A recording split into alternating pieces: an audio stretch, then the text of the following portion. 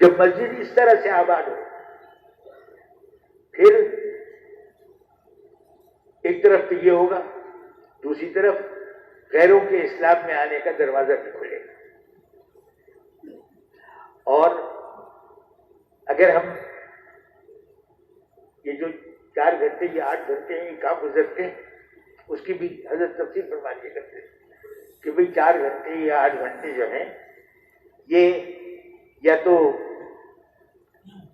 Fit پاتھوں پر بیٹھ کے گپیں چلتی ہیں، لوگوں ایران قرآن کی باتیں کرتے ہیں، فلاں آئے گا فلاں جائے گا فلاں آئے گا نہیں ہوگا، اور اس کے اوپر گھنٹوں لگا دیتے ہیں، یا پارکوں میں بیٹھتے ہیں، یا یہ کھیل کی دکانیں ہیں ان کے اندر جا کے کھیلتے ہیں، یا ہوٹلوں میں جاتے ہیں یا کلبوں میں جاتے ہیں۔ ہر آدمی کا وقت جو ہے وہ کہاں لگا رہا ہے؟ کلبوں میں، ہوٹلوں میں، پارکوں میں، چائے خانوں پر، پان کی دکانوں پر۔ یہ ہمارا جو ہے نا گزدر آباد میں چھوڑ لائن، یہاں پر لائن سے تخت بچھے ہوئے ہیں اور ساری رات بیٹھ کر پان اور گٹکا کھاتے رہتے ہیں اور ایران قرآن کی بحث چلتی رہتی ہے، جیسے انہی کے رائے پر ہوگا وہاں پر کام۔ حالانکہ کوئی پوچھتا بھی نہیں، چلو کوئی پوچھتا بھی نہیں، گھنٹوں بیٹھے رہتے ہیں، اور جناب اس کے بعد جب صبح ہو جاتی ہے تو گھر جاتے ہیں سونے کے لیے۔ جو وقت ہمارا ہے وہ کہاں لگ رہا ہے؟ اگر ہم 10 گھنٹے کاروبار کے، 10 گھنٹے گھر کے نکال دیں تو بھی 4 گھنٹے ہم مسجد میں رہ سکتے ہیں، 4 گھنٹے مسجد میں رہ سکتے ہیں۔ اس کے لیے ہے کہ بھئی ہر فرد سے ملا جائے، ہر فرد سے ملا جائے۔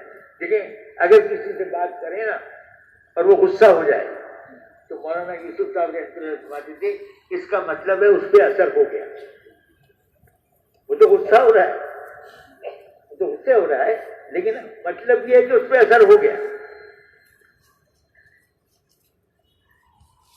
ہر ایک سے بات کریں، نرمی سے، محبت سے، اکرام سے۔ کوئی بے اکرامی کر بھی دے ہم تو یہ تو اس راستے کی چیزیں، جب نبیوں کے ساتھ گستاخی کی تو ہم اور آپ کس گنتی میں؟ لیکن ہر ایک سے ملنا ضروری ہے۔ اب ماشاء اللہ بعض مسجدوں میں 40 سال سے کام ہو رہا ہے، ان سے پوچھیں کہ محلے کے سارے مردوں سے ملاقات ہو گئی تو کہتے ہیں ابھی تو نہیں کی صاحب، 40 سال سے گشت ہو رہا ہے لیکن سارے مردوں سے ملاقات نہیں ہوئی۔ عورتوں کی بات تو مردوں کے ذریعے آگے چلے۔ تو یہ جو وقت ہے ہمارا، حضرت مولانا یوسف صاحب رحمۃ اللہ علیہ فرماتے تھے کہ اگر ایک بستی والے اس ترتیب پر آ جائیں جو مدینہ منورہ والوں کو حضور نے سکھائی تھی، جس ترتیب پر مدینہ منورہ والوں کو حضور نے ڈالا تھا، اگر اس ترتیب پر ایک بستی والے آ جائیں تو ساری دنیا کے اندر تبدیلی کا ذریعہ بن جائے، ساری دنیا کے اندر۔ یہ عرض کرتا ہوں اگر کراچی والے یہ طے کر لیں کہ یہ ہمارے 4,500 ہزار مسجدیں ہیں، ان مسجدوں کے اندر پورا کام جو بتایا جا رہا ہے وہ ہم کریں گے انشاءاللہ، کریں گے بھائی، تو اس کی برکت صرف کراچی والوں کو یا پاکستان والوں کو نہیں ملے گی، ساری دنیا اس کی برکت سے فائدہ اٹھائے گی۔ دنیا میں اللہ پاک ہوا چلا دے، ابھی تو کچھ نہیں ہے تو ملکوں سے لوگ اٹھ کے آ رہے ہیں دیکھنے کے لیے، جب ہوگا ابھی تو کام شروع ہونے سے پہلے کی برکتیں، کام شروع ہونے سے پہلے کی برکتیں، حضور صلی اللہ علیہ وسلم والی مبارک ترتیب کو اگر ہم اپنی مسجدوں میں جاری کر لیں، اپنی جان سے اپنی جان لگانی ہے اور لوگوں کو تیار کرنا ہے، اور کسی کے ناراض ہونے سے یا غصہ ہونے سے یا جواب میں کھڑے ہو جانے سے ہم مایوس نہ ہوں، ہم مایوس نہ ہوں۔ ایک صاحب سے ان سے کہا گیا کہ جی وہ مکی مسجد چلی، انہوں نے کہا میں 50 سال پہلے کی بات کروں، شاید اس سے بھی زیادہ، تو انہوں نے کہا کہ جی وہ تو نکلنے کو کہتے ہیں۔ میں نے کہا نہیں تم چلو، مجھے نکلنے کو تو نہیں کہیں گے، اچھا نہیں کہیں گے، لے گئے۔ جاپان کی پہلی جماعت میں وہ خود گئے، جو یہ کہہ رہے تھے کہ مجھ سے نکلنے کو تو نہیں کہیں گے، وہ جاپان کی پہلی جماعت ہے۔ آدمی ارادہ کرتا ہے، اللہ پاک فیصلہ تو اللہ پاک کیا ہوتا ہے۔ ہمیں یہ ہمارا عزم کہ ہم محلے میں کسی ساتھی کو نہیں چھوڑیں گے، نہیں چھوڑیں گے مطلب یہ زبردستی تو نہیں کریں گے، لیکن 1 دفعہ جائیں گے، 2 دفعہ جائیں گے، 3 دفعہ جائیں گے، 10 دفعہ جائیں گے، ایک وقت آئے گا کہ وہ کھڑا ہو جائے گا، آخر مسلمان ہے۔ ہمیں ہر ایک سے ملنا ہے اور ہر ایک کو یہ سمجھانا ہے کہ حضور کی نیابت میں کلمے کی دعوت کو لے کر گھر گھر در در جانا یہ ہمارا کام ہے، یہ ہمارا کام ہے۔ ایک ہے برکت کے لیے تبلیغ میں چلے جائیں، ایک ہے کوئی آدمی مقدمے میں پھنسا ہوا ہے، کوئی کہتے کہ جی تبلیغ میں چلے جاؤ مقدمے سے جان چھوٹ جائے گی۔ اب تبلیغ میں جا رہے ہیں اس لیے کہ مقدمے سے جان چھوٹ جائے۔ کسی کی بیٹی گھر میں بیٹھی ہوئی ہے کہ تبلیغ میں چلے جاؤ، داماد کے اندر رجوع پیدا ہو جائے گا، کام تمہارا حل ہو جائے گا۔ اب تبلیغ میں جا رہے ہیں اس لیے کہ بیٹی اپنے گھر چلی جائے۔ ایک ہے اللہ کے لیے، حضور اکرم صلی اللہ علیہ وسلم کی ختم نبوت کی وجہ سے جو ذمہ داری ہر امتی پر آ رہی ہے، اس ذمہ داری کو پورا کرنے کے لیے، اور جو وعدے ہیں اللہ پاک کے، اللہ کے راستے میں ایک صبح یا ایک شام لگا دینا دنیا اور مافیا سے بہتر ہے۔ کیا مطلب؟ دنیا اور مافیا کی تو السلام علیکم ورحمۃ اللہ وبرکاتہ۔ تبلیغی جماعت کے تمام مکابرین کے بیانات کو حاصل کرنے کے لیے ہمارے یوٹیوب اور فیس بک پیج کو جوائن کریں، تبلیغی بیانات آفیشیل آن یوٹیوب فیس بک۔ جزاکم اللہ تعالی۔ اللہ جل شانہ سے سینے کے راز بھی چھپے ہوئے نہیں، سینے کے راز بھی اللہ پاک پر آیا ہے۔ ہمارا پچھلا گزرا ہوا وقت، یہ وقت اور آگے جو آنے والا ہم پر وقت ہے، وہ سب اللہ پاک پر کھلا ہوا ہے۔ کیا ہم نے کیا ہے، کیا کرنے والے ہیں، یہ بھی اللہ پاک نے کھلا ہے۔ اور دونوں راستے بتا دیے اللہ جل شانہ نے، دونوں راستے بتا دیے، ایک نور والا اللہ سے قرب والا اور ایک ظلمت والا بدبوؤں والا اور اللہ سے دوری والا، دونوں راستے بتا دیے ہیں۔ اور انسان کو ایک موقع دیا ہے کہ اس موقع میں، اس وقت میں، یہ وقت بہت مختصر ہے، 60-70 سال اوسط عمر اگر رکھی جائے، سمجھی جائے تو یہ وقت، جیسے آج اگر کسی سے کہا گیا ہے کہ 50 سال آپ کے گزر گئے، 50 سال کیسے گزرے، تو آدمی پیچھے مڑ کے دیکھے گا تو اس کو خواب سا نظر آئے گا۔ ساری زندگی 50 سال کی جو گزری ہے وہ خواب سی معلوم ہو، بہت مختصر وقت ہے۔ قیامت کا ایک دن 50,000 سال کا ہے۔ بعض لوگوں کے لیے وہ 1000 سال کا ہوگا، بعض لوگوں کے لیے ایسا ہوگا جیسے فجر کی 2 سنتیں پڑھ لی۔ حضور صلی اللہ علیہ وسلم نے مختصر ترین نماز جو پڑھی ہے وہ فجر کی 2 سنتیں، بہت مختصر ہے۔ تو جیسے آدمی کے عمل ہوں گے ویسے اس کا نور ہوگا، ویسے اس کے اندر خوشبو ہوگی، اور اگر عمل خراب ہوئے اور مالک کی مرضی کے مطابق نہ ہوئے تو پھر ویسی ہی ظلمت ہوگی اور ویسی ہی بدبوئیں ہوں گی۔ ایک عمل کی بدبو حضور صلی اللہ علیہ وسلم کے سامنے ایک ام المؤمنین نے دوسری کے بارے میں کچھ کہا، وہ ٹھیک نہیں تھی، ایک فقرہ بول دیا۔ حضور نے فرمایا کہ اگر تمہارے اس جملے کو سمندر میں ڈال دیا جائے تو سمندر کے پانی کا مزہ اور خراب ہو جائے، سمندروں کے پانی کا مزہ اور خراب ہو جائے۔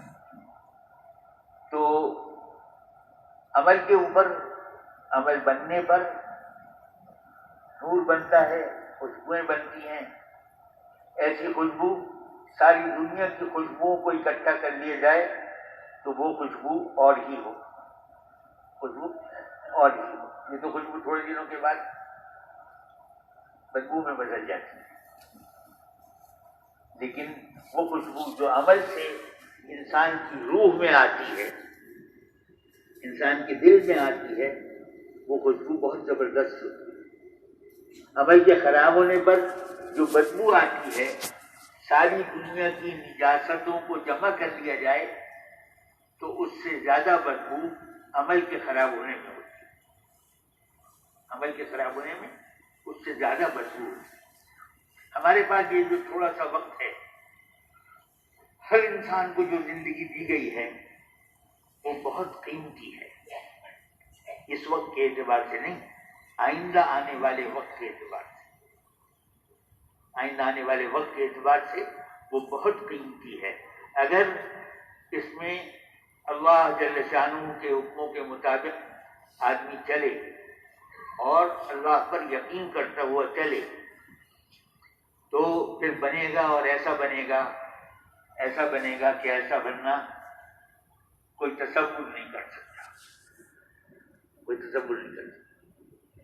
صحابہ کرام میں سے تو بعض کو اس نور کا جھلملاہٹ بھی دکھا دی گئی۔ ایک صحابی ہیں، تہجد پڑھ رہے تھے تو ان کو محسوس ہوا کہ جیسے کوئی فانوس والی روشنی، جس میں سے روشنیاں پھوٹ رہی ہیں، وہ قریب آ گئی۔ بچہ بھی پاس لیٹا ہوا تھا اور گھوڑا بھی بندھا ہوا تھا، تو گھوڑا اس روشنی کو دیکھ کر تھوڑا سا چمکنے لگ گیا، یعنی تھوڑا سا ہاتھ پیر مارنے لگ گیا۔ ان کو خطرہ ہوا کہ کہیں یہ بچے پر اس کا پیر پڑ گیا تو بچے کو نقصان پہنچے گا۔ انہوں نے اپنی نماز کو مختصر کر دیا، اس کے بعد وہ روشنی غائب ہو گئی۔ حضور صلی اللہ علیہ وسلم کو بتایا تو حضور نے ارشاد فرمایا کہ اگر تم مختصر نہ کرتے نماز کو، وہ روشنی اپنی جگہ رہتی، تو آج مدینے والے بھی دیکھ لیتے کہ اعمال کا نور کیسا ہوتا ہے، اعمال کا نور کیسا ہوتا ہے۔ واقعات بہت سارے ہیں صحابہ کرام کے۔ اندھیرے میں یہ روشنیوں کا موجودہ انتظام ہے ہی تو تھا نہیں، چراغ ہوتے تھے، وہ گھروں میں جلتے تھے۔ تو دو صحابی حضور کی مجلس سے اٹھ کر آئے، دیر ہو گئی، تو ایک کے ہاتھ میں جو عصا تھا اس میں نور پیدا ہوا اور اس کی روشنی میں وہ چلتے رہے۔ جب وہ دوسرے دونوں کے راستے جدا ہوئے جن کے ہاتھ میں نور تھا انہوں نے ہاتھ ملایا اس سے جس کے ہاتھ میں نور نہیں تھا، اور وہاں بھی نور آ گیا، وہاں بھی نور آ گیا۔ تو یہ اندر کا نور جو ہے، اندر کا نور یہ بہت زبردست چیز ہے۔ اس سے نظر آتا ہے، اندر کا نور ہو تو نظر آتا ہے کہ جھوٹ میں کیا نقصان ہے، ظلم میں کیا نقصان ہے، بے حیائی میں کیا نقصان ہے، غیبت میں کیا نقصان ہے۔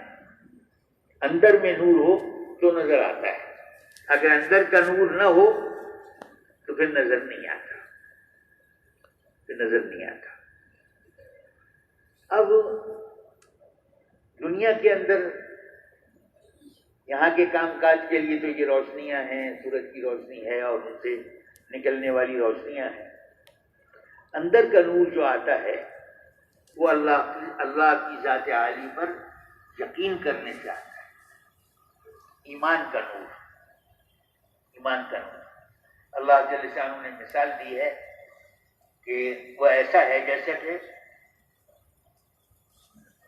زمین پر ایک درخت ہو، اس کی جڑیں بہت مضبوط ہوں اور اس کی شاخیں آسمان میں پہنچ رہی ہیں، اس کی شاخیں آسمان میں پہنچ رہی ہیں۔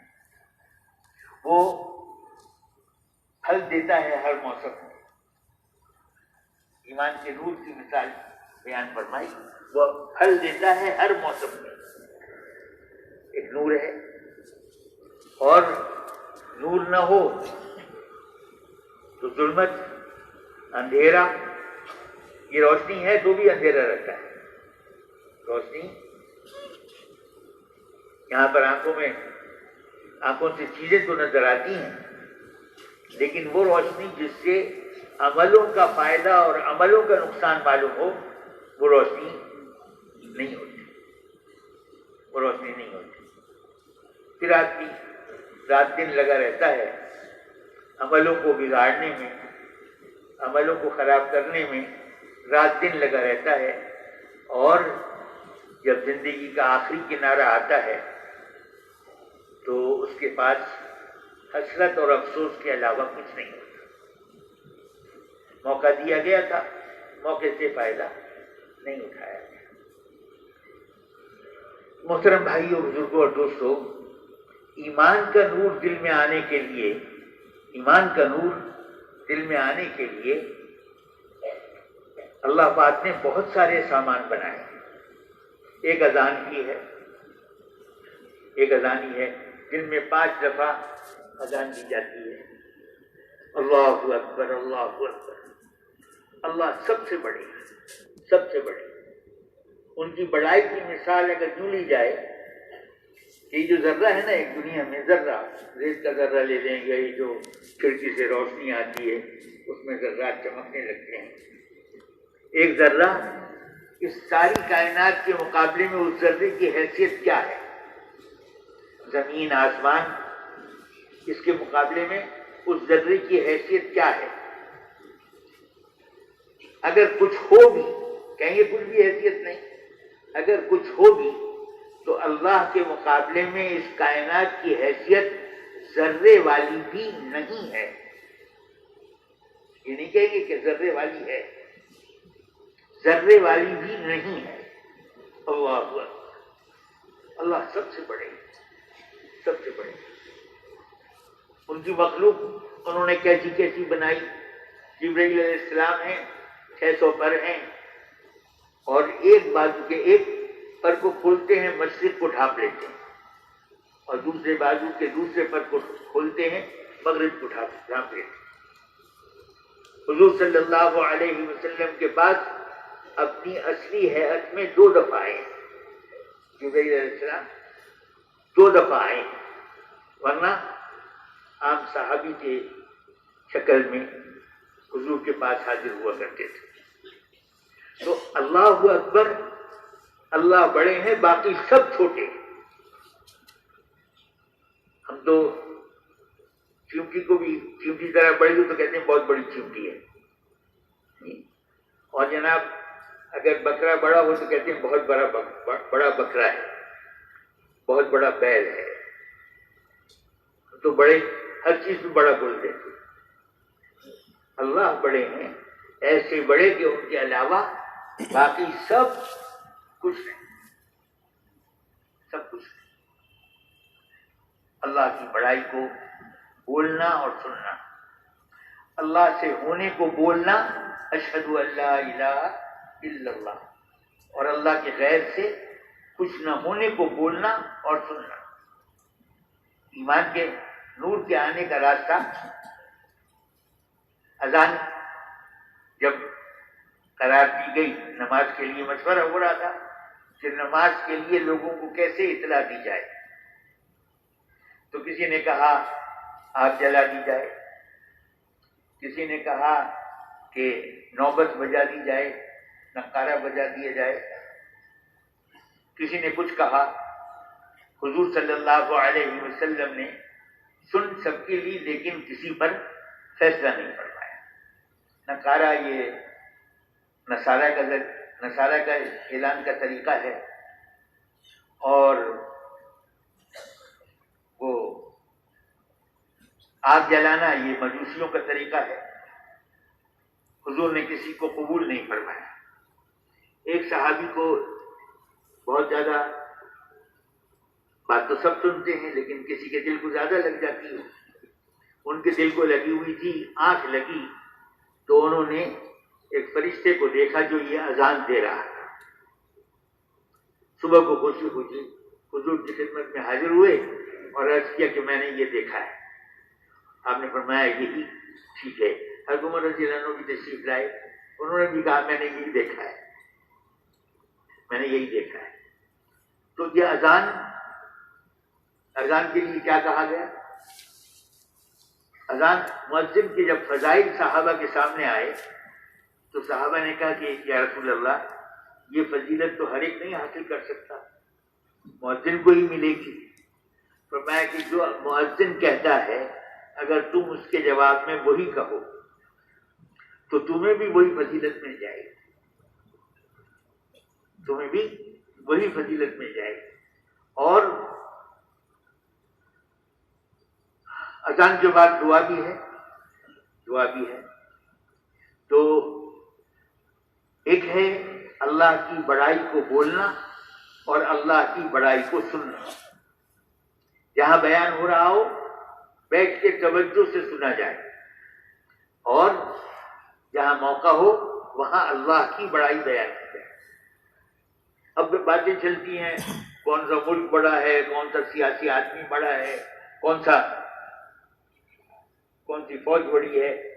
یہ ساری باتیں ان کے جواب میں ہمارے پاس ایک چیز ہے، اللہ اکبر. اللہ سب سے بڑے، باقی سب چھوٹے. ایمان کا نور آنے کے لیے ایک ہے اللہ کی بڑائی کو بولنا اور سننا، اللہ سے ہونے کو بولنا اور سننا. اپنے دل کا یقین بنانے کے لیے یہ دل پر محنت ہے، یہ اپنے بننے کی محنت ہے، اللہ سے ہونے کو بولنا اور سننا. اللہ سے ہوتا ہے اور کسی سے کچھ نہیں ہوتا. وہ ہوگا جو اللہ چاہیں گے، وہ نہیں ہوگا جو ملک والے چاہیں گے، وہ نہیں ہوگا جو فوج والے چاہیں گے، وہ نہیں ہوگا جو مال والے چاہیں گے، وہ نہیں ہوگا جو سارے ملک والے اکٹھے ہو کر چاہیں گے، وہ بھی نہیں ہوگا. وہ ہوگا جو اللہ چاہے. کرنے والے ایک اللہ ہے، تو محترم بھائیوں، بزرگوں اور دوستوں، ایمان کے ساتھ پھر علم کا نور آتا ہے، ذکر کا نور آتا ہے. جیسے ہم رنگ برنگ کی روشنیاں دیکھتے ہیں، ان سب کے نور الگ الگ ہیں. سوال پیدا ہوا کہ جب ایک آدمی نیکی کا ارادہ کرتا ہے تو فرشتہ نیکی لکھ لیتا ہے. تو یہ سوال پیدا ہوا کہ فرشتے کو دل کے ارادے کی کیسے خبر؟ یہ تو اللہ جانتے ہیں، دل میں کیا ارادہ آ رہا ہے یہ تو اللہ جانتے ہیں، فرشتے کو کیسے خبر؟ تو اس کا ایک جواب علماء نے یہ دیا، ایک جواب کہ ہر عمل کا ایک نور ہے اور وہ نور سے پہچان لیتے، خوشبو ہے اس خوشبو سے پہچان لیتے۔ یہاں دنیا میں ہمارے پاس سینکڑوں قسم کی خوشبوئیں ہوتی ہیں، عمل کی خوشبو جو ہے فرشتے اس سے پہچان لیتے ہیں کہ اس نیکی کا اس نے ارادہ کیا اور اس کی نیکی لکھ لیتے ہیں۔ تو اور برائی کا ارادہ کرے، برائی کا ارادہ کرے تو اس کی بدبو، اس کا اندھیر، اس کی اندھیری، اس کی سیاہی وہ دیکھ لیتے ہیں۔ اور فرشتہ لکھنے کا ارادہ کرتا ہے تو نیکی والا فرشتہ امیر ہے، وہ اس سے کہتے ہیں ابھی اس نے کی تھوڑی ہے، ابھی تو ارادہ ہی کیا ہے، کی تو نہیں اس نے۔ جب وہ کر بھی لیتا ہے تو فرشتہ ارادہ کرتا ہے اب لکھ لوں، تو یہ نیکی کے لکھنے والا فرشتہ جو امیر ہے وہ کہتا ہے خیر جب پتہ نہیں ابھی توبہ کر لوں، پھر اس کو وقت دیتے۔ آدمی گناہ ہو جائے اور توبہ کر لے سچے دل سے تو وہ گناہ سب کو بھلا دیا جاتا ہے، اس جگہ کو بھی جہاں وہ گناہ ہوا، ان لوگوں کو بھی جہاں وہ جن کے درمیان میں وہ گناہ ہوا، سب کو بھلا دیا جاتا ہے۔ توبہ کر لے، توبہ کر لے۔ تو محترم بھائیوں، بزرگوں اور دوستوں، یہ نور والا راستہ جو ہے یہ انبیاء علیہ السلام لے کر آتے تھے، اور سب سے زیادہ مکمل، جس میں کوئی کمی نہیں ہے، سب سے زیادہ مکمل راستہ حضرت محمد صلی اللہ علیہ وسلم لے کر آئے۔ حضرت محمد صلی اللہ علیہ وسلم مکمل، یعنی کمال کی بات یہ ہے کہ 23 سال کی مختصر زندگی نبوت والی، اس میں 13 سال تو مکہ مکرمہ میں احکام بھی نہیں آئے، بس کلمہ پڑھو اور کلمہ لوگوں کو پڑھاؤ، کلمہ پڑھو اور کلمہ پڑھاؤ، یہی صحابہ کرتے تھے۔ نماز معراج شریف میں فرض ہوئی، وہ بھی ہجرت سے ذرا پہلے 11ویں سال میں یا 13ویں سال میں۔ باقی نماز کے احکام بھی مدینہ منورہ میں آئے، مکہ مکرمہ میں نماز کی یہ تفصیل نہیں تھی جو ہمارے پاس آج ہے۔ نماز میں کوئی کھٹکھٹائے تو جا کے دروازہ بھی کھول دیتے، سلام کا جواب بھی دے دیتے، اور بھی چیزیں تھیں۔ جب یہ ہوا کہ نہیں جماعت میں خاموشی ہے، صرف جو جس وقت کا ذکر ہے وہ کرنا ہے، تو یہ حکم مدینہ منورہ میں آیا۔ تو 10 سال کی جو مدینہ منورہ کی زندگی ہے، حضور اکرم صلی اللہ علیہ وسلم نے اس طرح گزاری ہے کہ سارے طبقات انسانیہ کو مکمل رہبری مل گئی، فوج والوں کو بھی، جنرلوں کو بھی، سپاہیوں کو بھی، کارخانے داروں کو بھی، تاجروں کو بھی، منڈی والوں کو بھی، سب کو وہ اصول مل گئے جس پر وہ کام چلانے، ان سے ہٹ کر کوئی اللہ تک نہیں پہنچائے گا۔ حضور صلی اللہ علیہ وسلم نے ججوں کے لیے بھی، وکیلوں کے لیے بھی، پیشکاروں کے لیے بھی، ملزموں کے لیے بھی، سب کے لیے راستہ بتا دیا، وہ راستہ جو اللہ تک پہنچائے گا، وہ راستہ جس سے نور آئے گا، وہ راستہ جس سے خوشبوئیں آئیں گی، وہ راستہ سب کے لیے بتا دیا، عملاً کر کے دکھا دیا۔ جو کرنا آپ کے ذمہ تھا وہ کر کے دکھا دیا، جو بتانا آپ کے ذمہ تھا وہ بتا کر دکھا دیا، جو صحابہ کرام سے ہونا مناسب تھا وہ صحابہ کرام سے کر کے دکھا دیا، کرا کے دکھا دیا۔ حضور صلی اللہ علیہ وسلم کی 23 سالہ اور دوسرے الفاظ میں مدینہ منورہ کی 10 سالہ زندگی میں سارے طبقات انسانیہ کے لیے مکمل رہبری دے دی ہے، استادوں کے لیے بھی، شاگردوں کے لیے بھی، گھر کے بڑوں کے لیے بھی، چھوٹوں کے لیے بھی،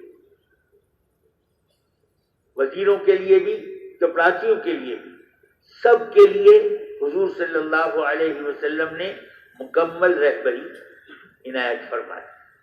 مکمل راستہ آپ نے دکھا دیا.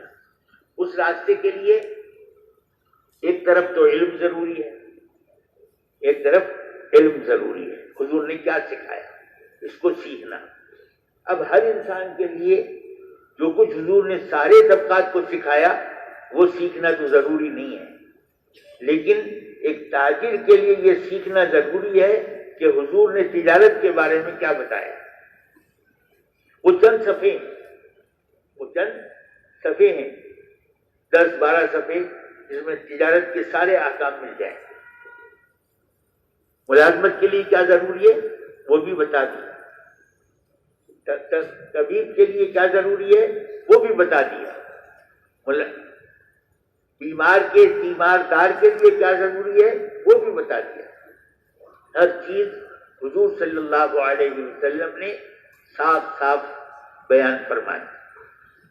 اس کے لیے علم ضروری ہے، علم لینا ضروری ہے. علم ایک طرف عبادات کا ہے، ایک طرف عقائد کا ہے، ایک طرف معاملات کا ہے، ایک طرف اخلاق کا ہے، اور ایک طرف معاشرت کا ہے. ایک طرف معاملات میں تو جو آدمی کا کاروبار ہے اس کا علم سیکھنا ضروری ہے. حضرت عمر رضی اللہ عنہ بازار میں تشریف لے جاتے اور آزمانے کے لیے کسی سے تجارت کے بارے میں کوئی مسئلہ پوچھتے. وہ اگر نہیں بتا پاتا تو بعض وقت تو ہاتھ میں کوڑا ہوتا تھا، اس سے خبر لیتے تھے کہ تم ہمارے بازار میں بیٹھ کر بغیر علم حاصل کیے کاروبار کر رہے ہو، تو اس میں حلال حرام کا کیسے تمیز کرو؟ حلال حرام کا علم حاصل کرو پھر کاروبار کرو. کاروبار کرنے سے نہیں روکا، لیکن بغیر علم کے کاروبار کرنا یہ کیسے مسلمان کرے؟ مسلمان کو تو ہر وقت یہ سامنے رہتا ہے کہ میرے اللہ کس چیز سے راضی ہوں، میرے اللہ کس چیز سے راضی ہوں.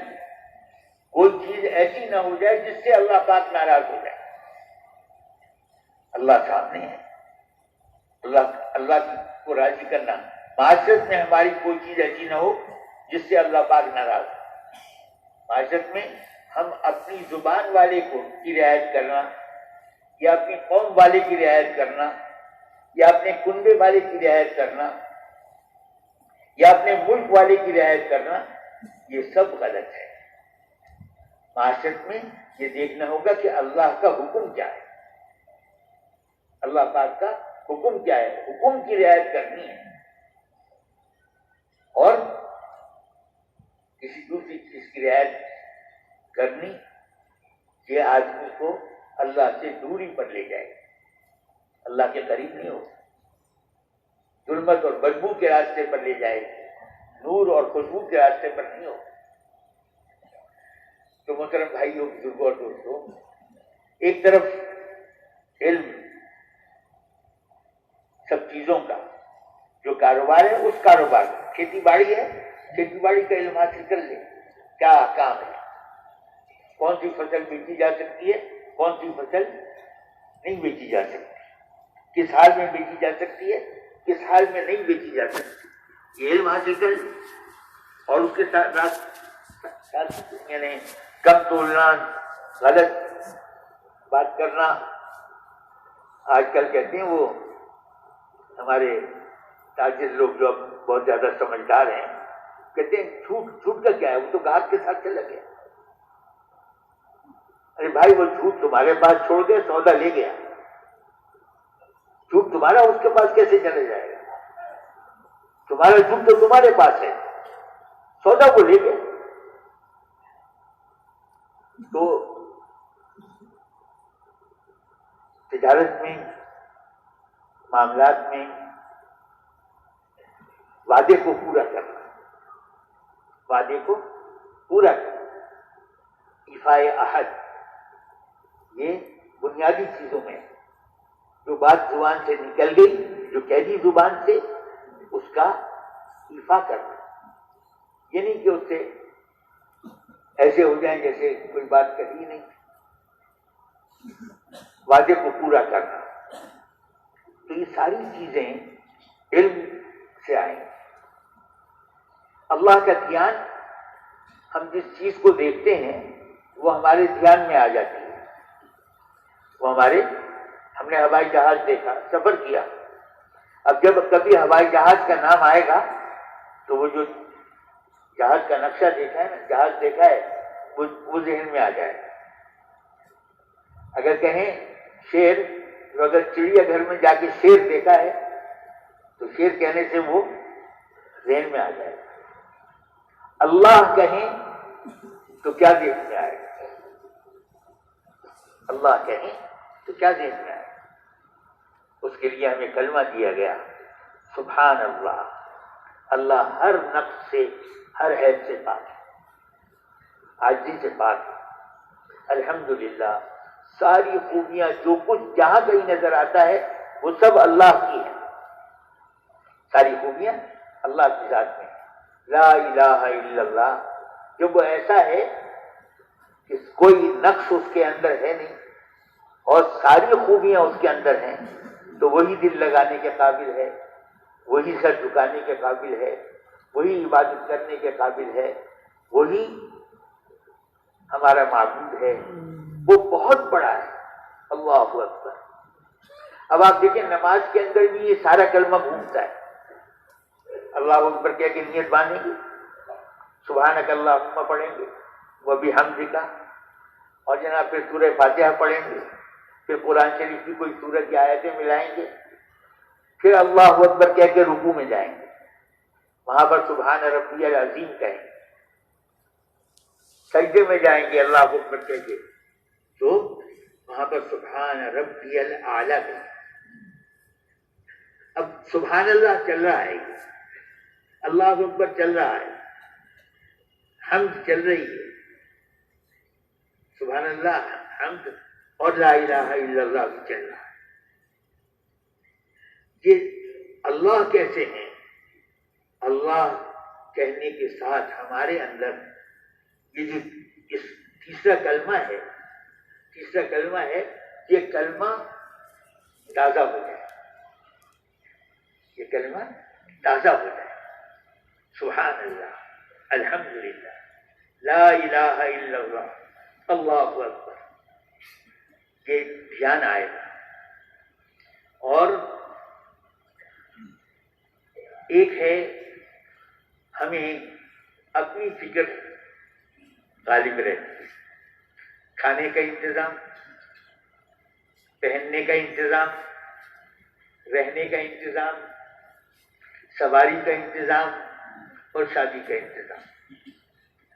کھانا، پہننا، رہنا، سواری اور شادی، یہ بنیادی ضرورتیں ہیں انسان. لیکن ان کے اندر ایک ہے ضرورت اور ایک ہے خواہش. ضرورت تو ہے محدود، ضرورت تو محدود ہے اور خواہش نامحدود ہے. جو آدمی کھا نہیں سکتا اس کی بھی فکر میں لگا رہتا ہے. خواہش اور چیز ہے. ضرورت وہ ہے جس کے پورا نہ ہونے سے ضرر ہو، جس کے پورا نہ ہونے سے نقصان ہو، اس کو ضرورت کہتے ہیں. اور اس سے علاوہ خواہش بہت کچھ ہے. حضور صلی اللہ علیہ وسلم کو اللہ پاک نے انسانوں میں بنایا، سارے نبیوں کو انسانوں میں بنایا، اس لیے کہ نبی انسان ہونے کی حیثیت سے انسانوں کے لیے نمونہ بن سکتے ہیں. نبی انسان ہونے کی حیثیت سے انسانوں کے لیے نمونہ بن سکتے ہیں. اللہ پاک نے فرمایا، لوگ یہ کہتے ہیں کہ فرشتے کو کسی کو بھیج دیتے، رسول بنا کر کسی کو فرشتے کو بھیج دیتے. اللہ پاک فرماتے ہیں کہ اگر دنیا میں فرشتے رہتے ہوتے تو ہم فرشتے ہی کو بھیجتے. دنیا میں انسان رہتے ہیں، اس لیے انسانوں کو راہ دکھانے کے لیے ہم نے نبی انسانوں میں سے بنایا. اب حضور صلی اللہ علیہ وسلم کے کھانے کی حالت کیا تھی، پہننے کی حالت کیا تھی؟ ایسا بھی ہوا، حفصہ رضی اللہ عنہا سے پوچھا گیا کہ آپ کے گھر میں حضور نے سب سے بہتر کھانا کیا کھایا؟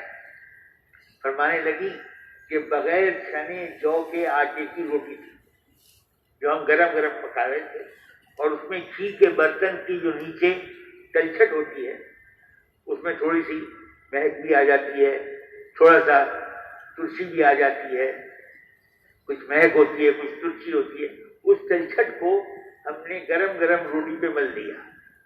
حضور اس کو بھی مزے لے کر کھا رہے تھے اور دوسروں کو بھی کھلا رہے تھے۔ یہ ہے بہترین کھانا جو حضور نے میرے گھر میں کھایا،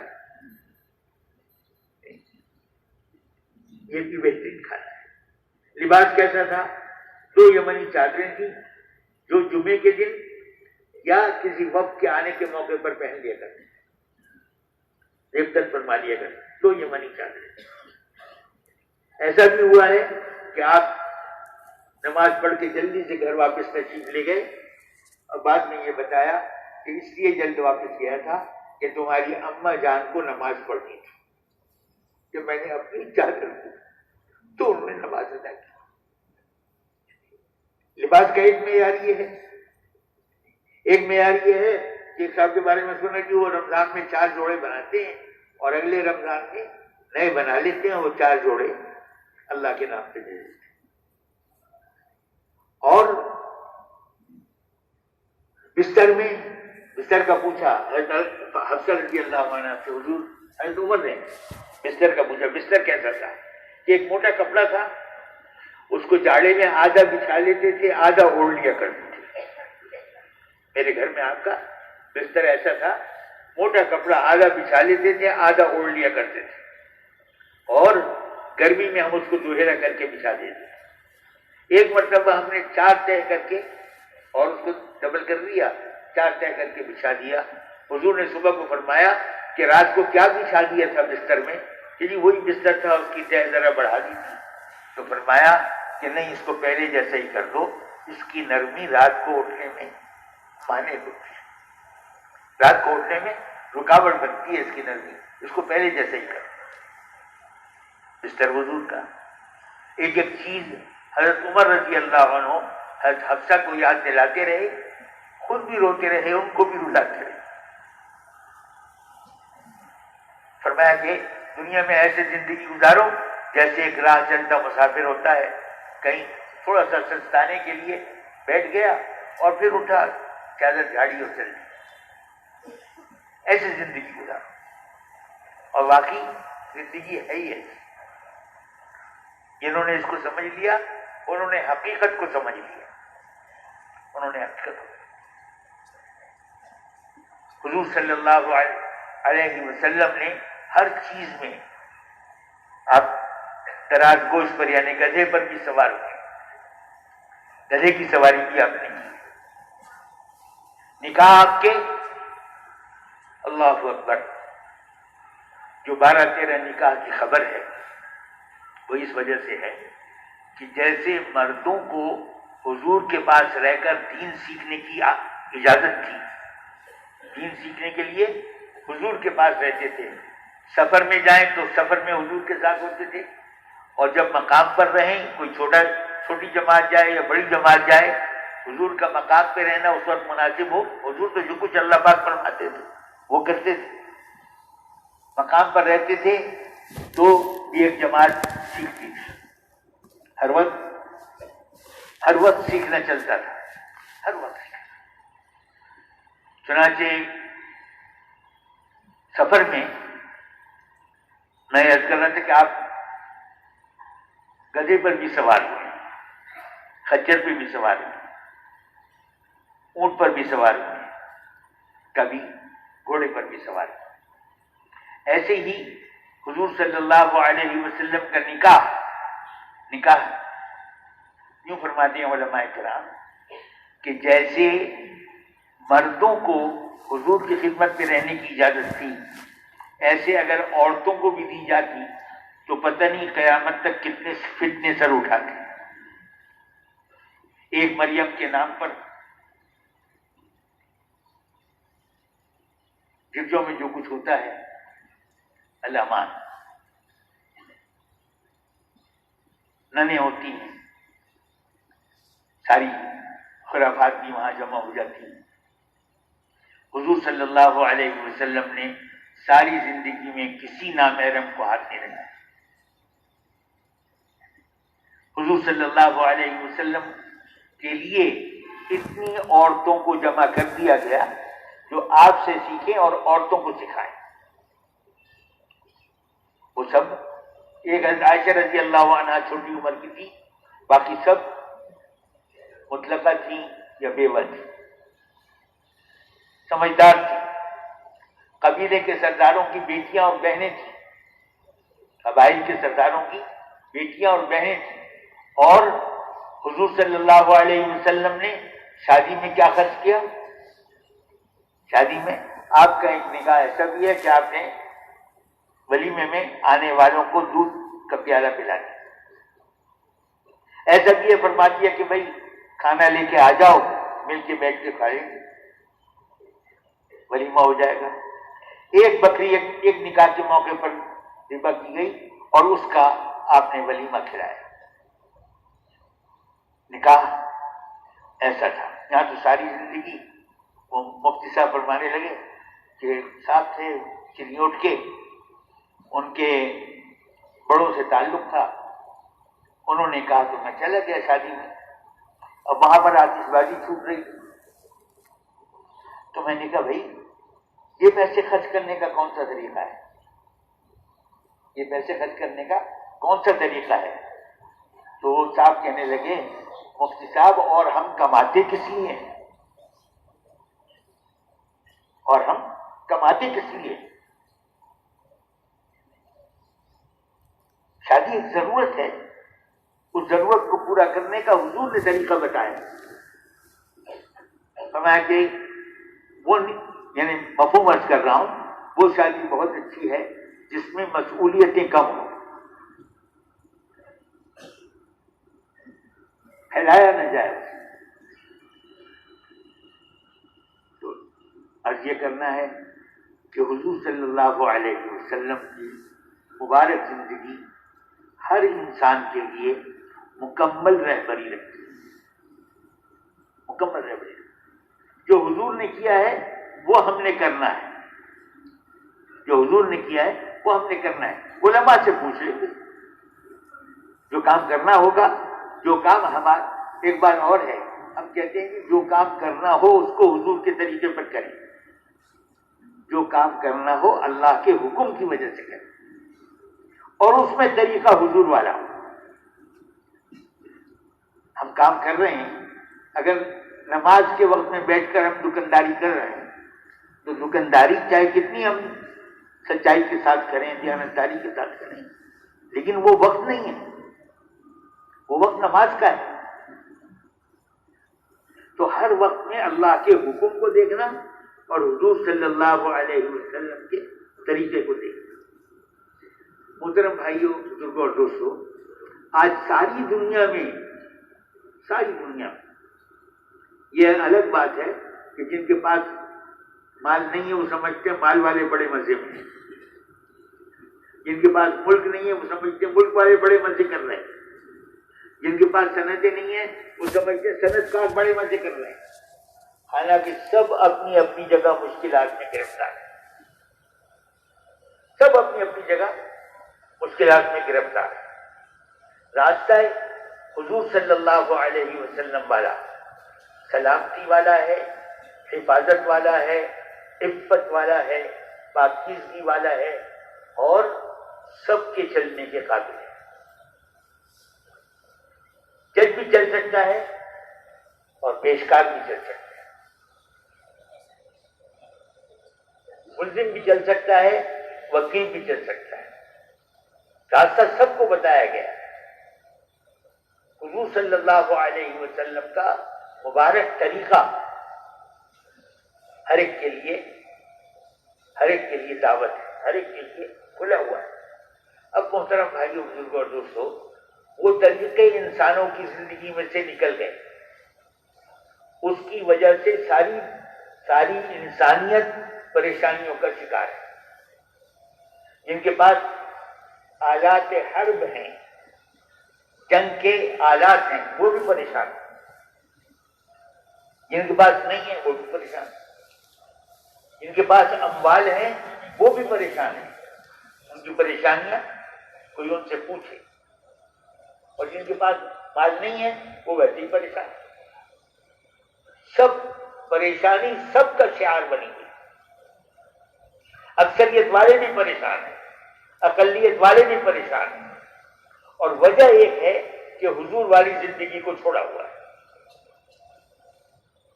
وجہ دو نہیں ہے, وجہ صرف ایک ہے, وہ یہ کہ حضور والی زندگی جن کو اللہ جل شانہ نے سارے انسانوں کے لیے نمونہ بنا کر بھیجا, ان کو نمونے کے طور پر سامنے نہیں رکھتے, اس لیے پریشانیوں کا شکار ہے. نہ مال والے کو قرار ہے, نہ ملک والے کو قرار ہے, نہ فوج والے کو قرار ہے. سب پریشانیوں میں گرے ہوئے ہیں, اور وجہ حضور کے طریقوں کو چھوڑ دینا ہے.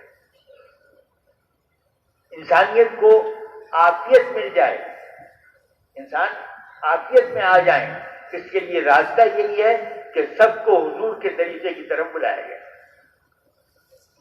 سب کو حضور کے طریقے کی طرف بلایا جائے. اور یہ بات الگ ہے کہ جو اللہ کی طرف اور اللہ کے رسول کی طرف لوگوں کو بلاتا ہے, اس کے ساتھ اللہ خود ہوتے ہیں, اللہ خود ہوتے ہیں. حضرت موسیٰ علیہ السلام نے عرض کیا جب ان کو حکم ہوا کہ فرعون کے پاس جاؤ اور اس کے سامنے حقیقت بیان کرو, تو انہوں نے فرمایا کہ جی میرے ذمے تو ان کے ایک آدمی کا قتل بھی ہے, اور مجھے یہ خطرہ ہے کہ وہ مجھے قتل کر دیں گے. تو اللہ پاک نے فرمایا ہرگز نہیں, ہرگز نہیں, تم جاؤ, میں تمہارے ساتھ ہوں, دیکھتا ہوں اور سنتا ہوں, میں دیکھنے والا اور سننے والا ہوں اور تمہارے ساتھ ہوں, دیکھتا ہوں اور سنتا ہوں. محترم بھائیوں بزرگوں اور دوستوں, اللہ کی طرف بلانے پر اللہ ساتھ ہوتے ہیں. ایک ہے فوج ساتھ ہو جائے, اکثریت ساتھ ہو جائے, یعنی اکثریت والے بھی برباد ہوئے, فوج والے بھی برباد ہوئے. کامیابی تو اللہ کے ساتھ ہو جانے میں ہے, اور جو اللہ کی طرف بلاتا ہے اللہ اس کے ساتھ ہوتے ہیں, جو اللہ کی طرف بلاتا ہے اللہ اس کے ساتھ ہوتا ہے. ہمارے لیے آسان راستہ یہ ہے کہ ہم ہر امتی کو اللہ کی طرف اور اللہ کے رسول کی طرف بلانے والا بنا دیں, اللہ کی طرف اور اللہ کے رسول کی طرف بلانے والا بنا دیں. ہر آدمی کو یہ سمجھائیں, ہر فرد امت کو یہ سمجھائیں کہ یہ ہمارا کام ہے. اللہ جل شانہ نے حضرت محمد صلی اللہ علیہ وسلم پر نبوت کو ختم فرما کر یہ کام امت کی طرف منتقل کر دیا. انسان آ رہے ہیں, انہوں نے فرمایا کہ کل قیامت کے دن 120 صفحے ہوں گے ساری انسانیت کی, اور وہ ایک سب کیسی کیسی ہوگی اللہ ہی جانتے ہیں. تو 120 صفحوں میں سے 80 صفحے میری امت کی ہوں گی, باقی 40 صفحے باقی سب نبیوں کی امتوں کی ہوں گی, میری امت کی صفحے 80 ہوں گی. تو سارے انسانوں کو اللہ کی طرف بلانا یہ ذمہ داری ہر مسلمان کی ہے, ہر مسلمان کی. وہ تاجر ہے, مزدور ہے, حکومت میں ہے یا فوج میں ہے یا طالب علم ہے, کسی بھی شعبے سے, یا استاد ہے, کسی بھی شعبے سے تعلق رکھتا ہے, اس کے ذمے ہے کہ اللہ کی طرف لوگوں کو بلائے, اللہ کی طرف بلائے. اور جو اللہ کی طرف بلائے گا اس کے ساتھ اللہ ہوگا. ہمیں ہر مسلمان کو تلاش کر کے ہر مسلمان تک پہنچ کر اس کو اس کے لیے آمادہ کرنا ہے, اس کے لیے آمادہ کرنا ہے کہ وہ اللہ کی طرف بلانے کا کام کرے, اللہ کے حکموں کی طرف بلانے کا کام کرے, اللہ کے نبی کی طرف بلانے کا کام کرے. اس کام کے لیے پہلے نبی آتے تھے, اب نبی کوئی نہیں آئے گا. اس امت کے ذمے یہ کام کیا گیا, اس امت کے ذمے. اس لیے صحابہ کرام کے بارے میں مشہور ہے, جہاں باہر بادشاہوں کی درباروں میں بھی گئے, تم کس لیے آئے ہو؟ اس لیے آئے ہیں کہ اللہ کے بندوں کو اللہ کے بندوں کی بندگی سے نکالیں اور اللہ کی بندگی میں لے آئیں۔ صحابہ کرام کی عام بات ہے، ہم اس لیے آئے کہ اللہ کے بندوں کو بندوں کی بندگی سے نکالیں اور اللہ کی بندگی میں لے آئیں، اور دوسرے باطل مذاہب کے ظلم سے اور چور سے نکالیں اور اسلام کے عدل و انصاف میں لے آئیں۔ ہم اس لیے آئے، اگر یہ قبول کر لو تو ہمارے بھائی، اگر قبول نہیں کرتے، سوچتے ہیں سمجھنا ہے کچھ وقت چاہیے تو صلح کر لو، جزیہ دے دو، اور اگر نہ قبول کرتے ہو نہ صلح کرتے ہو تو پھر یہ تلوار فیصلہ کرے۔ اور ان کا مارکا جو ہوتا تھا صحابہ کرام کا، وہ اتنا ہوتا تھا جتنی دیر میں بکری کا دودھ نکالا جائے، اتنی دیر میں دشمن کی صفوں میں پھوٹ پڑ جاتی تھی، منتشر ہو جاتا تھا، بھاگنے لگ جاتا تھا، سامان بھی چھوڑ کے بھاگتا تھا، جو سارا سامان والے غنیمت کرتا تھا۔ بٹ لڑائی جو تھی وہ تو بہت مختصر تھی، 3 دن تو دعوت کے تھے، جب سامنے آ جائیں تو 3 دن تو دعوت کے تھے، لڑائی جتنی دیر میں بکری کا دودھ نکالا جائے۔ تو ہر مسلمان کو یہ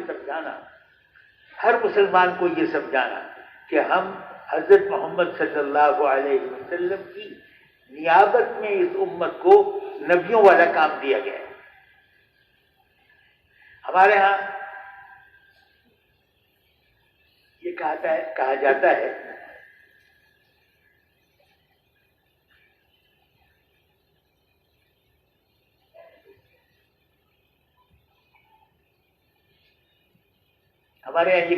ہے اللہ کے لیے وقت دو، مال دو، جان دو، تو اللہ پاک کو ضرورت تھوڑی ہے، تو کہتے ہیں اللہ سے لینے کے لیے دو،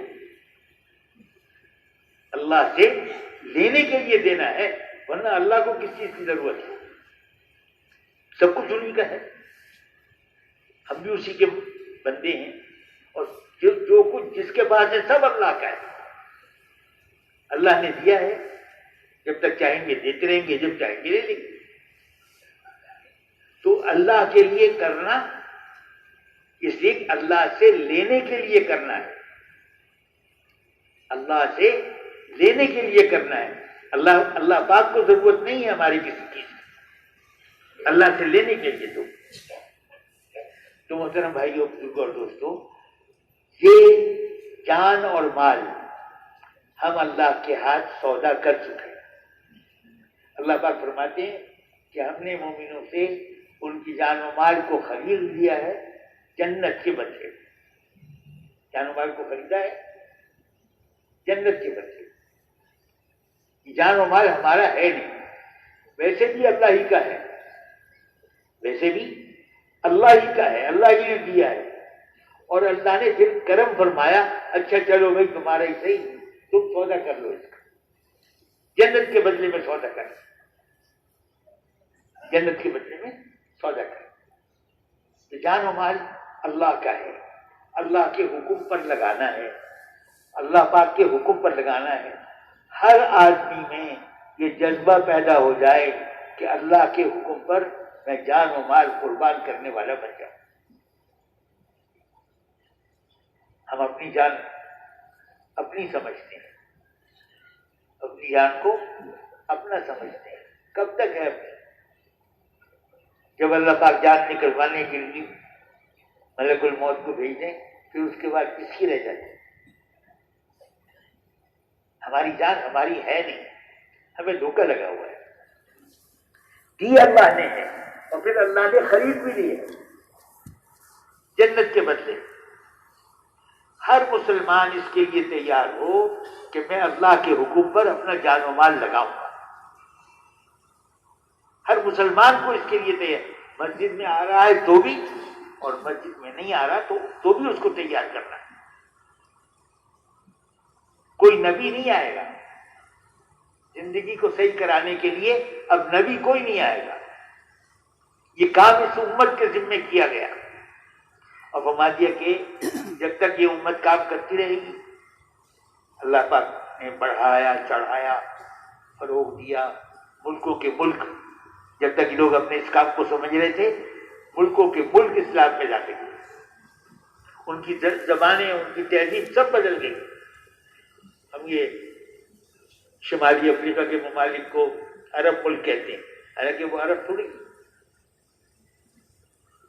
عرب ان کے ہاں آئے اور ان کی ساری تہذیب کو، ان کی ساری تمدن کو، سب کو بدل دیا، زبان کو بھی بدل دیا۔ ہمارا کام تو حضور صلی اللہ علیہ وسلم نے جماعتیں بنا بنا کر پھر نہ بنایا۔ مدینہ منورہ کے 10 سال میں صحابہ کرام کو 150 مرتبہ نکالا، 150 مرتبہ صحابہ کرام کو نکالا، ان میں 35,000 کا لشکر بھی، ان میں 12,000 بھی، ان میں 4,000 بھی، ان میں اس سے کم بھی ہیں 313 بھی، 60-70 بھی ہیں، 150، اور ان میں بعض کے مہینوں کے سفر ہے، بعض کے ہفتوں کے سفر ہے، بعض کے دنوں کے سفر ہے۔ اگر اوسط نکالا جائے تو علماء یہ فرماتے ہیں کہ ہر آدمی کے 4 مہینے کم و بیش، 4 ساڑھے 4 ہو جائے، 5 ہو جائے، 3.5 ہو جائے، 4 مہینے اللہ کے راستے کی نقل و حرکت میں لگتے تھے۔ اس زمانے کی جو تاریخ ہے اس کو کھول کے دیکھ لیا جائے، حساب لگایا جائے تو 1/3 وقت اللہ کے راستے کی نقل و حرکت میں لگتا تھا۔ اس کے اندر ہر حال میں بیمار ہیں تو بھی جا رہے ہیں، زخمی ہیں تو بھی جا رہے ہیں، اور اتنی تنگی ہے کہ ایک کھجور دن بھر میں کھانے کے لیے ملتی ہے تو بھی چل رہے ہیں۔ کوئی یہ نہیں کہتا کہ جی اب تو یہ اتنی تنگی ہو گئی ابھی تو واپس چلیں، کوئی یہ نہیں کہتا، یہاں تک کہ وہ ایک کھجور بھی ختم ہو گئی پھر بھی چلتے رہے۔ اللہ کا حکم پورا کرنے سے اللہ پاک قوت دے دیتے ہیں، چلتے رہے۔ تو یہ جو کام ہے یہ کام ہر امتی کا ہے، ہر امتی تک پہنچنا ہے۔ ہماری ترتیب جو بنی ہوئی ہے ابھی ماشاءاللہ 3 جلدے والا یہ سارا مجمع ہے، بھئی جو ساتھی نہیں جوڑا اس کے پاس چلے، جانا چاہیے، ضرور جانا چاہیے، اور جو ساتھی وقت لگا کے آیا اس کے پاس چلے، ضرور جانا چاہیے۔ لیکن جو باقی جو نماز، اگر ایک مسجد کے قریب 250 گھر ہیں تو 750 نمازی ہونے چاہیے، 3 آدمی ہر گھر کا، کہیں 3 سے زیادہ بھی ہوں، کہیں 2 بھی ہوں گے، تو نماز میں آ رہے ہیں 50 آدمی، نماز میں آ رہے ہیں 50 آدمی، اور ان 50 میں سے کچھ تبلیغ والے ہیں، تبلیغ والوں کے پاس جاتے ہیں، حالانکہ ہر محلے کے ہر فرد سے ملنا چاہیے، اس کے لیے وہ کم سے کم 2.5 گھنٹے ہیں۔ مولانا یوسف صاحب رحمۃ اللہ فرماتے تھے کہ اپنے 24 گھنٹوں میں 8 گھنٹے تو گھر کے سونے کے اور گھر کے تقاضوں کے نکال دو، گھر سے چھڑا تو نہیں رہے، گھر کے تقاضوں کے اور سونے کے 8 گھنٹے نکال دو، اور 8 گھنٹے کاروبار کے نکال دو تو 16 گھنٹے ہو گئے، باقی 8 گھنٹے کا ہے۔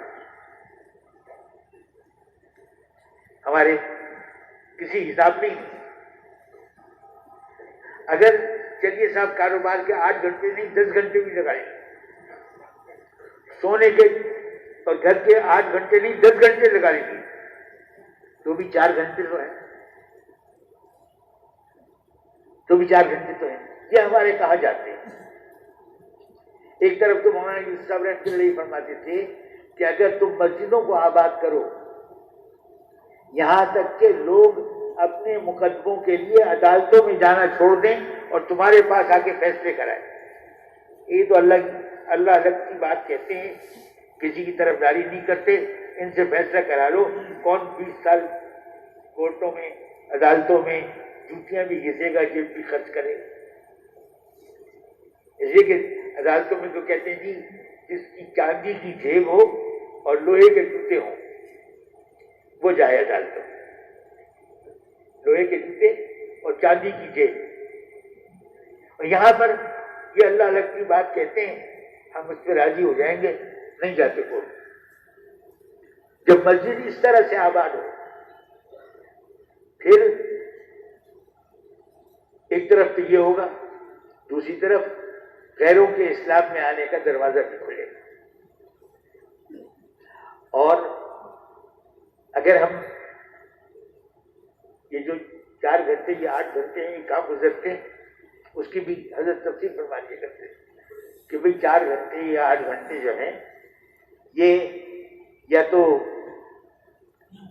فٹ پاتھوں پر بیٹھ کے گپیں چلتی ہیں، لوگوں ایران قرآن کی باتیں کرتے ہیں، فلاں آئے گا، فلاں جائے گا، فلاں آئے گا تو یہ ہوگا، اور اس کے اوپر گھنٹوں لگا دیتے ہیں، یا پارکوں میں بیٹھتے ہیں، یا یہ کھیل کی دکانیں ہیں ان کے اندر جا کے کھیلتے ہیں، یا ہوٹلوں میں جاتے ہیں، یا کلبوں میں جاتے ہیں۔ ہر آدمی کا وقت جو ہے وہ کہاں لگا رہا ہے؟ کلبوں میں، ہوٹلوں میں، پارکوں میں، چائے خانوں پر، پان کی دکانوں پر۔ یہ ہمارا جو ہے نا گزدر آباد نچوڑ لائن، یہاں پر لائن سے تخت بچھے ہوئے ہیں اور ساری رات بیٹھ کر پان اور گٹکا کھاتے رہتے ہیں اور ایران قرآن کی بحث چلتی رہتی ہے، جیسے انہی کے رائے پر ہوگا وہاں پر کام۔ حالانکہ کوئی پوچھتا بھی نہیں، چاروں کوئی پوچھتا بھی نہیں، گھنٹوں بیٹھے رہتے ہیں، اور جناب اس کے بعد جب صبح ہو جاتی ہے تو گھر جاتے ہیں سونے کے لیے۔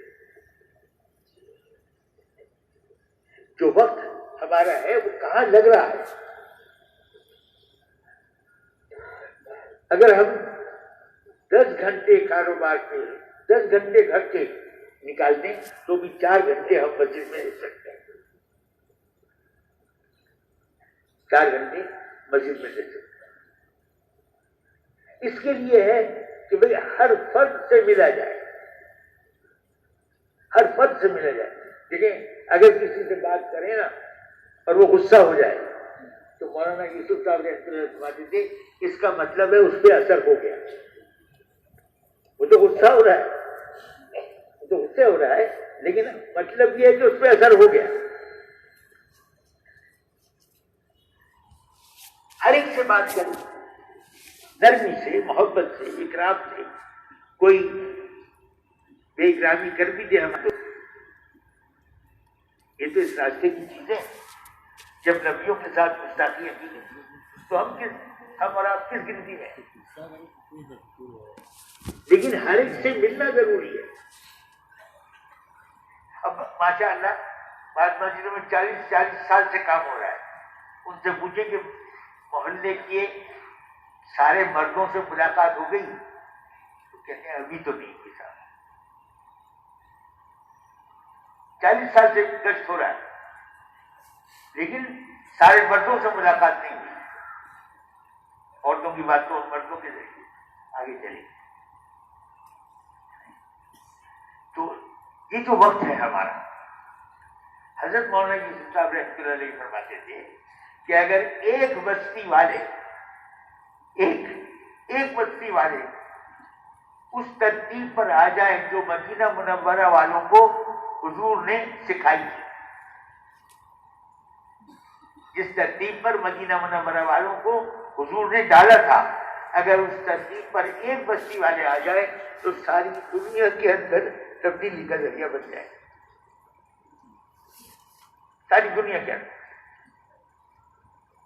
یہ عرض کرتا ہوں اگر کراچی والے یہ طے کر لیں کہ یہ ہمارے 4,500 5,000 مسجدیں ہیں، ان مسجدوں کے اندر پورا کام جو بتایا جا رہا ہے وہ ہم کریں گے انشاءاللہ، کریں گے بھائی، تو اس کی برکت صرف کراچی والوں کو یا پاکستان والوں کو نہیں ملے گی، ساری دنیا اس کی برکت سے فائدہ اٹھائے گی۔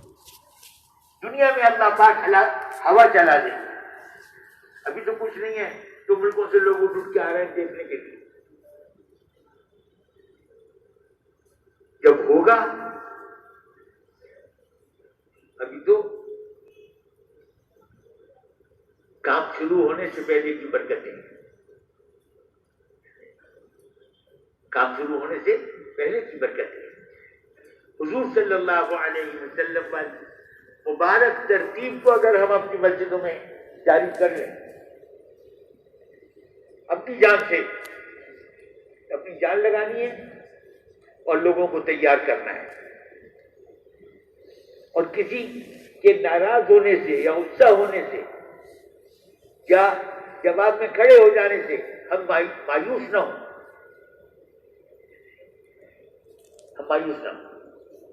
ایک صاحب سے ان سے کہا گیا کہ جی وہ مکی مسجد چلی، انہوں نے کہا میں 50 سال پہلے کی بات کروں، شاید اس سے بھی زیادہ، تو انہوں نے کہا کہ جی وہ تو نکلنے کو کہتے ہیں، میں نے کہا نہیں تم چلو، مجھے نکلنے کو تو نہیں کہیں گے، اچھا نہیں کہیں گے، لے گئے۔ جاپان کی پہلی جماعت میں وہ خود گئے، جو یہ کہہ رہے تھے کہ مجھ سے نکلنے کو تو نہیں کہیں گے، وہ جاپان کی پہلی جماعت میں۔ آدمی ارادہ کرتا ہے، اللہ پاک فیصلہ تو اللہ پاک کیا ہوتا ہے، ہمیں یہ ہمارا عزم کہ ہم محلے میں کسی ساتھی کو نہیں چھوڑیں گے،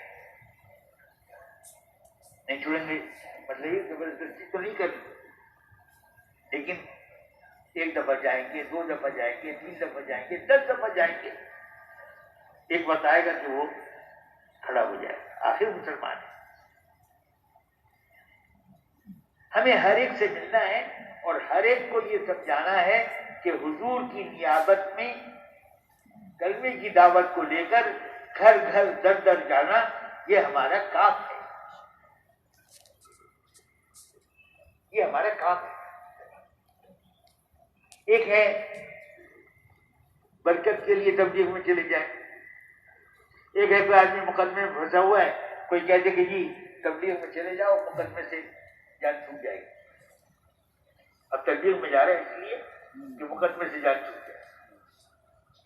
کسی کی بیٹی گھر میں بیٹھی ہوئی ہے کہ تبلیغ میں چلے جاؤ، داماد کے اندر رجوع پیدا ہو جائے گا، کام تمہارا حل ہو جائے گا۔ اب تبلیغ میں جا رہے ہیں اس لیے کہ بیٹی اپنے گھر چلی جائے۔ ایک ہے اللہ کے لیے، حضور اکرم صلی اللہ علیہ وسلم کی ختم نبوت کی وجہ سے جو ذمہ داری ہر امتی پر آ رہی ہے، اس ذمہ داری کو پورا کرنے کے لیے، اور جو وعدے ہیں اللہ پاک کے، اللہ کے راستے میں ایک صبح یا ایک شام لگا دینا دنیا اور مافیا سے بہتر ہے۔ کیا مطلب؟ دنیا اور مافیا کی تو حیثیت اللہ پاک کے یہاں مچھر کے پر کے برابر نہیں، تو اس سے بہتر کیسے ہوا؟ یہ تو کمزور چیز سے مقابلہ تو نہیں ہے نا۔ سناتے ہیں کہ جو کچھ دنیا میں ہے وہ سب اللہ کے نام پر خرچ کر دیا جائے، دنیا مافیا کو اللہ کے نام پر خرچ کر دیا جائے، اس سے جو ثواب ملے گا ایک صبح یا ایک شام اللہ کے راستے میں نکلنے سے اس سے زیادہ ثواب ملے گا۔ ابھی ہمارے سامنے اللہ پاک ہمارے حال پر رحم فرما دے اور حقیقت پر یقین کی توفیق نصیب فرما دے، حقیقت پر یقین۔ اللہ کا کرم ہے، اللہ کا بہت احسان ہے، اللہ پاک نے ہمیں اس کام میں لگنے کے لیے توفیق عطا فرما دی۔ ہمارا کوئی کمال نہیں، تو اللہ پاک کا احسان ہے، اللہ پاک کا احسان ہے۔ اب ہم اس کی قدر کرتے ہوئے جتنا لوگوں کو ابھاریں گے اور تیار کریں گے اور ان پہ محنت کریں گے، انشاءاللہ مسجدوں، یعنی یوں سمجھ لیجئے کہ نقشہ تو ایک بن رہا ہے، 4500 مسجدوں میں کہتے ہیں کام ہوتا ہے، گشتیں ہوتی ہیں اور کیا نام اس کا فیروزے کے لیے نکلتے ہیں، چولہے کے لیے بھی نکلتے ہیں، لیکن کہیں پر 4 آدمی ہیں، کہیں 400 آدمی، 100% کہیں بھی نہیں، 100% کہیں بھی نہیں۔ ہم اس کو 100% پر لانے کی کوشش کریں۔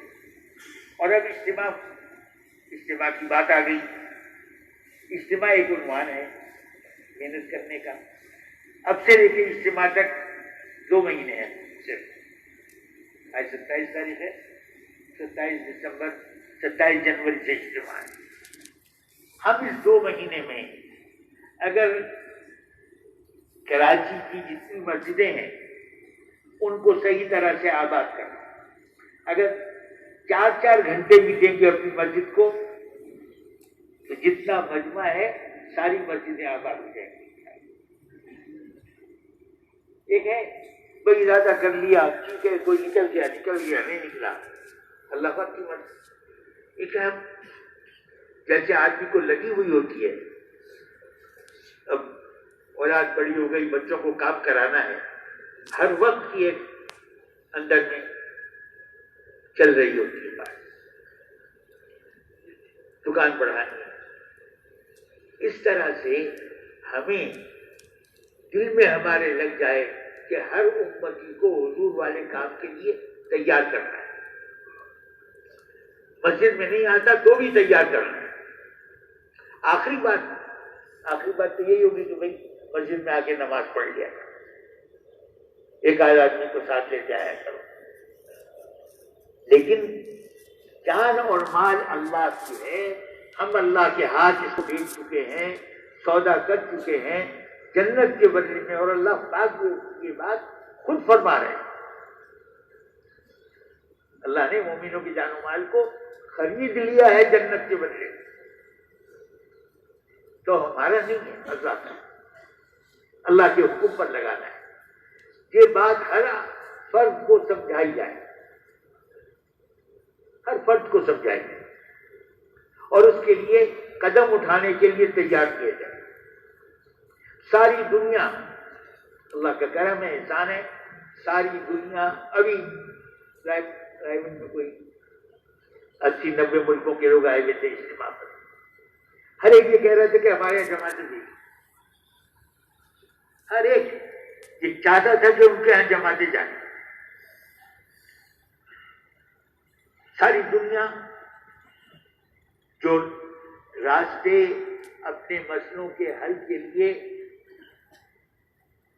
سوچے گئے تھے، ان راستوں پر چلا گیا تھا، لوگوں کو چلایا گیا تھا، وہ سب کی ناکامیاں کھل چکی، سب کی ناکامیاں کھل چکی۔ ایک راستہ جناب محمد الرسول اللہ صلی اللہ علیہ وسلم کا، وہ ایک دفعہ کا نہیں، سینکڑوں بار کا آزمایا ہوا ہے، سینکڑوں بار کا آزمایا ہوا ہے، یقینی راستہ ہے، اور راستے ظنی راستے، گمان ہے، یہ یقین کا راستہ ہے۔ جو اللہ کے کام کو اپنا کام سمجھے گا، جو دین کے کام کو اپنا کام سمجھے گا اور اس کے لیے جان و مال لگائے گا، اس کے دوبارے نیارے ہو جائے۔ آپ دیکھ لیں، ماشاءاللہ سارا 3 چلے لگایا ہوا مجمع ہے، کون کہتا ہے کہ جی 3 چلے لگانے سے میرا کام بگڑ گیا؟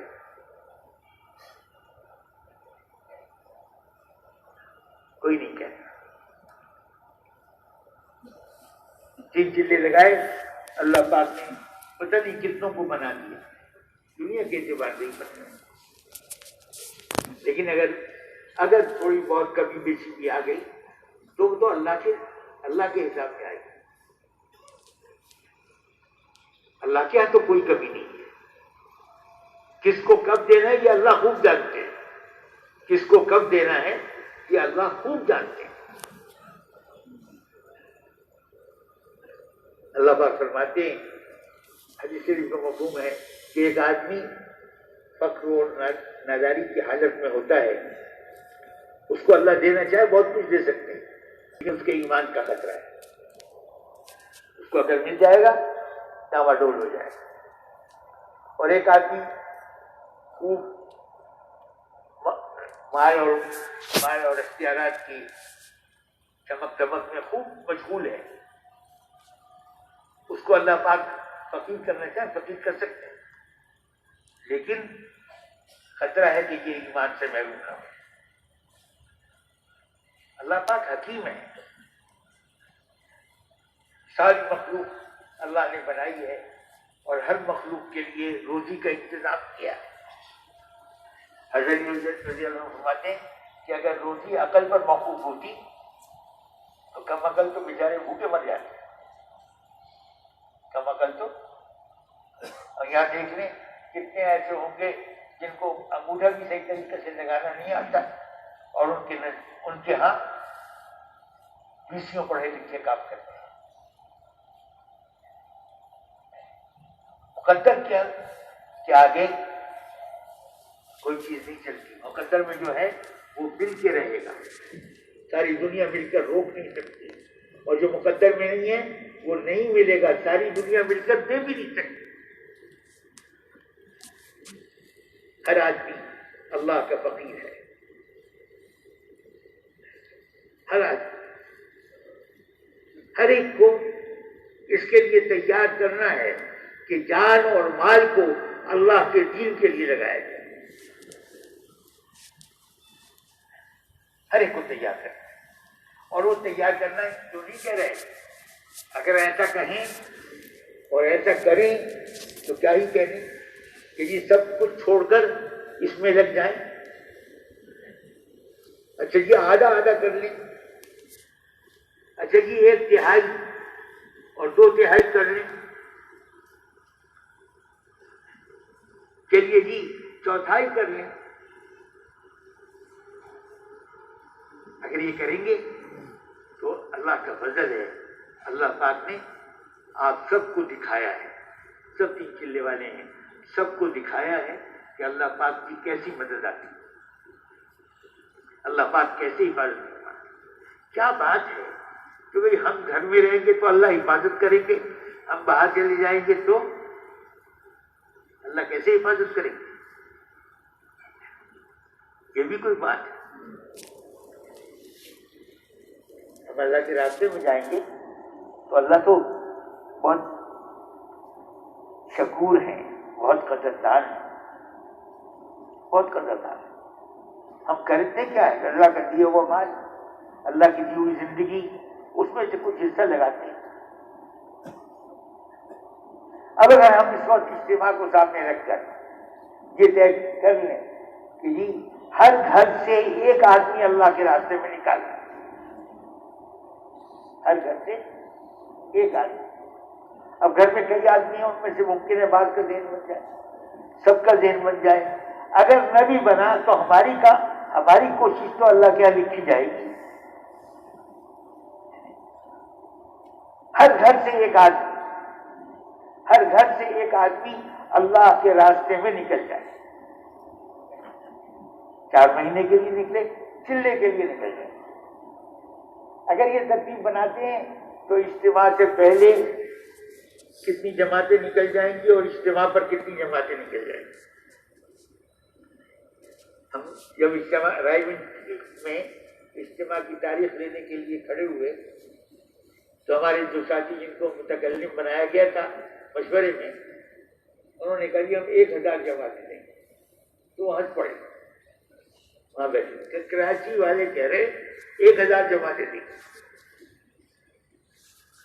آگے ہمارے لیے شرم کی بات ہے.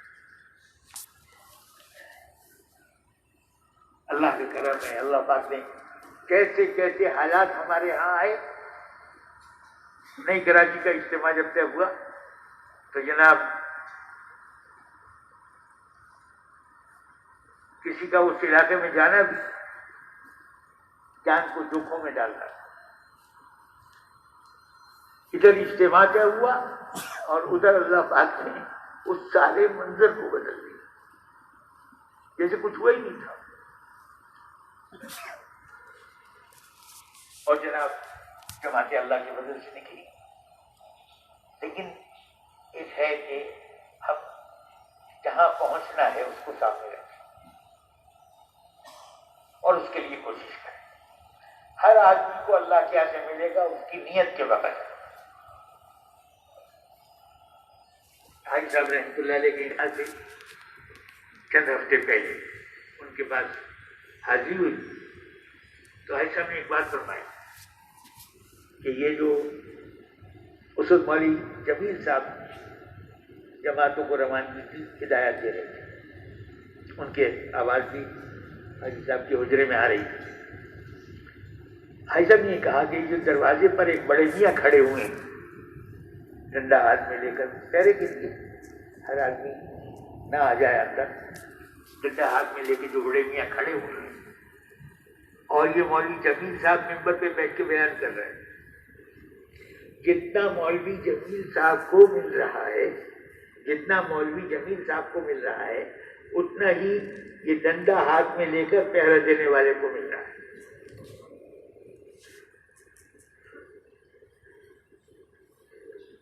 بات ہماری نیت کی ہے. ہم سارے عالم کی نیت کر کے جب محنت کریں گے تو سارے عالم کی گشتوں میں ہم ہوئے, سارے عالم کی دعوت میں ہم ہیں. اب 4,500 مسجدیں جو ساتھی کہہ رہے ہیں جو تقریباً ہیں انہی میں گشت ہوتا ہے. گشت کے بعد ملکوں کی ترغیب چلتی ہے. اندرون ملک سال کی 4 مہینے کی. اب کہیں سے ایک ساتھی تیار ہوا کہیں سے 2 تیار ہوئے. یہی جماعتیں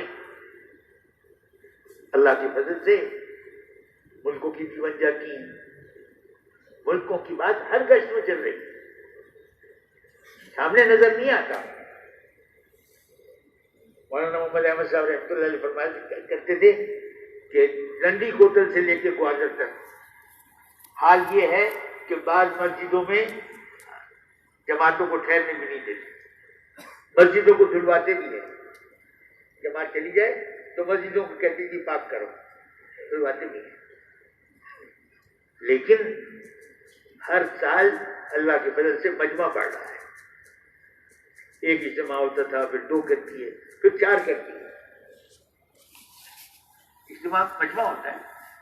لیکن بات یہ ہے کہ ہمیں سارے عالم کی فکر ہو.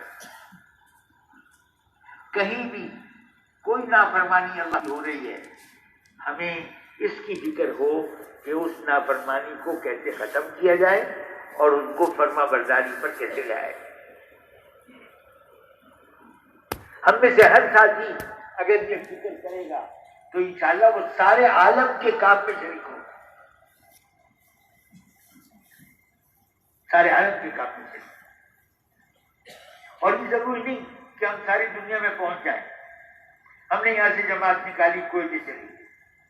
انہوں نے کوئٹے والوں کو تیار کر کے آگے بھیج دیا بلوچستان, ایرانی بلوچستان. وہاں سے انہوں نے تیار کر کے وسط ایشیا میں بھیج دیا. ترکمانستان میں, تاجکستان میں, کرغزستان میں, ترکمانستان میں, آذربائیجان, ان سب جگہوں پہ بھیج.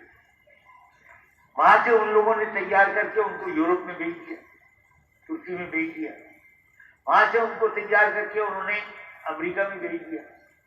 انہوں نے امریکہ والوں کو تیار کر کے جنوبی امریکہ میں بھیج دیا. انہوں نے وہاں سے تیار کر کے آسٹریلیا میں بھیج دیا.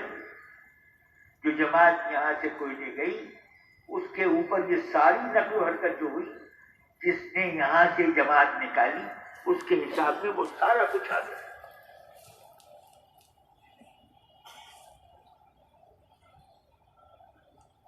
بے حساب دینے والے اللہ ہے. یہ وقت ہمارے پاس تھوڑا سا ہے, پتہ نہیں کب ختم ہو جائے. کسی کو پتہ نہیں ہے کہ کب ختم ہو جائے. ایک یہ ہے کہ ہم کام پہلے کریں، کام کو آگے رکھیں، حضور کا کام پہلا کام ہے، اور دوسرے کام اس کے بعد میں کوئی کھانے پینے سے کمانے سے کوئی نہیں روکتا، گھر جانے سے کوئی نہیں روکتا، لیکن جو ہم جس چیز کو سامنے رکھ کر چل رہے ہیں وہ چیز ہمارے فائدے والی نہیں ہے، نقصان والی۔ ہم صحیح چیز کو سامنے رکھ کر چلیں، انشاءاللہ اللہ پاک کراچی ایسی جگہ بن سکتی ہے کہ سارے عالم کی تبدیلی کا ذریعہ بن جائے۔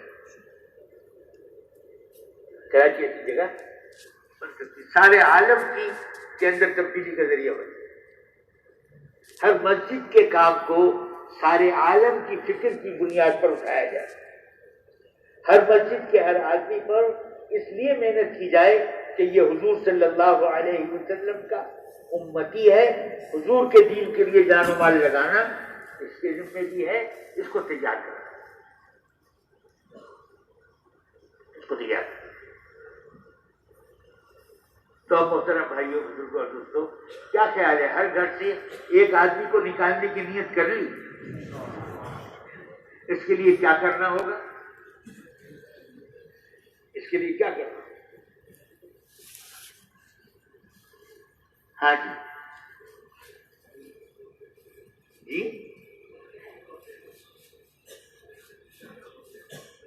زیادہ سے زیادہ وقت دینا مناسب ہے، اور فرمائیے اپنے اوقات کو بڑھانا چاہیے، اور فرمائیے اپنی ذات سے پہل کرنی، مسجدوں میں محنت کو بڑھایا جائے۔ جی ماشاءاللہ، جی راتوں کو اٹھ کر دعائیں مانگی جائیں۔ جی اور فرمائیے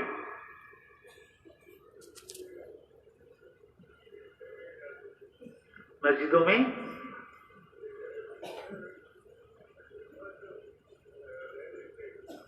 ہمارے مسجدوں میں اپنے بستر اجتماع تک رکھے جائیں، یعنی اجتماع تک راتیں بھی مسجد میں لگائی جائیں۔ اور فرمائیے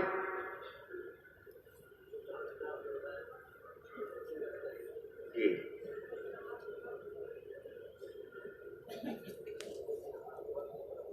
اچھا، فجر کی نماز کے بعد مسجدوں میں، جی مسجدوں کا فرما رہے ہیں آپ؟ کون سا کھڑے ہوئے تھے؟ جی ہاں، ہر مسجد میں یہ مشورہ ہو، ہر مسجد میں یہ مشورہ ہو، سارے عالم کو سامنے رکھ کہیں بھی اللہ کا کوئی حکم ٹوٹ رہا ہے ہم اس سے بے تعلق نہیں رہ سکتے۔ مسلمان ہیں، حضور کے امتی ہیں، حضور کے طریقے کے خلاف ہو رہا ہے، حکم ٹوٹ رہا ہے اور ہم اپنے کاموں میں مگن رہیں، یہ انصاف کی بات نہیں، انصاف کی بات نہیں۔ ایک صحابی حضور صلی اللہ علیہ وسلم جب تبوک میں تشریف لے گئے، پیچھے کچھ لوگ رہ گئے، جو ان میں سے ایک کا نام آیا، بیٹھے ہوئے باتیں ہو رہی تھی، کسی نے ذرا سا کہا کہ وہ اپنے مال میں اولاد میں مشغول زیادہ ہو گیا ہے، اس طرح کی کوئی بات کہی تو حضور نے فرمایا نہیں، یہ نہ کہو، اس کے بارے میں یہ نہ کہو۔ اور تھوڑی دیر بعد دور غبار اٹھتا ہوا نظر آیا، ریگستان کا علاقہ، آدمی گھوڑ سواری چلتی ہے تو غبار اٹھتا ہے، تو حضور نے فرمایا کہ جن کے بارے میں بات ہو رہی تھی نا کہ وہ مشغول ہو گئے اولاد میں مال میں، حضور نے فرمایا، ان کا نام لے کے فرمایا کہ یہ وہ ہو جائے۔ مجھے نام یاد نہیں رہا، اس لیے میں احتیاط کر رہا ہوں، 2-3 نام آ رہے ہیں تو نہیں کہہ رہا۔ تو حضور نے فرمایا یہ وہ ہو جائے۔ جب وہ قریب آئے تو وہ وہی تھے، وہ وہی تھے۔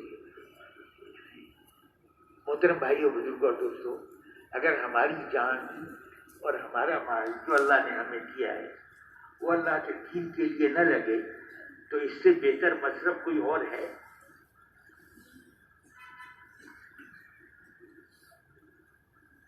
ہمیں تو ایک ایک فرد کو تیار کرنا ہے. ہر گھر سے ایک آدمی کی اگر نیت کر لیں اور اللہ پاک وہ نیت پوری کرا دیں تو انشاءاللہ بڑی تبدیلی کے دروازے کھل جائیں. بڑی تبدیلی. اگر مسجدوں کو ہم اس طرح سے آباد کر لیں جیسے مدینے والوں نے آباد کیا جو اللہ پاک ہمیں کھلا پلا رہے ہیں، یہ نہیں کہ وہ روک لیں گے، اس سے بھی اچھا کھلائیں. ہم اللہ کے کام پر، اللہ کے اعتماد پر لگیں تو اللہ پاک راستے کھول دیں.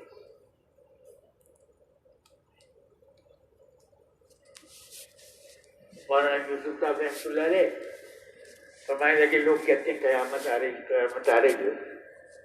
وہ تو اپنے وقت پہ آئے گی، وہ تو اپنے وقت پہ آئے گی. یہ جو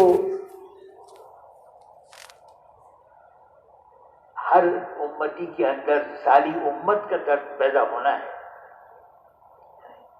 یہ معمولی بات نہیں. ہم سب اپنی اپنی زندگیاں جی رہے ہیں، امت والی زندگی تھوڑی ہے ہماری. ہماری زندگی ہماری ہے. حضور نے جو زندگی ہمارے لیے تجویز فرمائی تھی وہ زندگی ہمارے اندر نہیں ہے. اس زندگی کو اپنے اندر لانا ہے اور وہ اس راستے سے اللہ کے فضل سے آسان ہے. کتنی چیزیں ہم دیکھتے ہیں کہ ایک آدمی 3 دن کے لیے جاتا ہے، اس کے اندر تبدیلی آ جاتی ہے. 3 چلے کے لیے جاتا ہے، تبدیلیاں اور نمایاں ہو جاتی ہیں. اللہ پاک کا کرم ہے، احسان ہے. ہر سال مجمع بڑھ رہا ہے. اب تو کراچی کے اجتماع کے لیے سوچتے ہیں کہ وہ اجتماع اگر اس جگہ پر پورا نہ آیا تو کیا کریں گے، یہ بھی سوچیں. لیکن ایک دفعہ سب مل کر مسجدوں میں زور لگا دیں، 4 گھنٹے 6 گھنٹے ہم دیں مسجد کو، اور اس میں مسجد کی آبادی کے ایک ایک فرد سے ملاقات کریں اور ہر فرد کو اس پر تیار کریں کہ اللہ نے جان و مال دیا ہے وہ اللہ کے دین پر لگانے کے لیے.